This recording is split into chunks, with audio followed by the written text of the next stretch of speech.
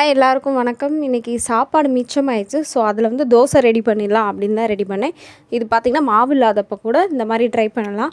அதுக்கு ஃபஸ்ட்டு ஒரு பவுலில் 1 கப் மீதமான சாதம், அதே பவுலில் 1 கப் ரவை, அரை கப் புளிச்ச தயிராக இருந்தால் டேஸ்ட் சூப்பராக இருக்கும், நல்லா மொறு மொறுன்னு வரும். ஸோ புளிச்ச தயிரான்னு பார்த்து எடுத்துக்கோங்க.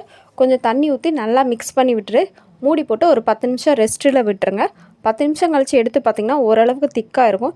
இதை வந்து ஒரு மிக்ஸி ஜாரில் 2 பேட்சாக மாற்றி அரைச்சிக்கோங்க. ஒரே பேட்சாக கூட அரைச்சிக்கலாம்.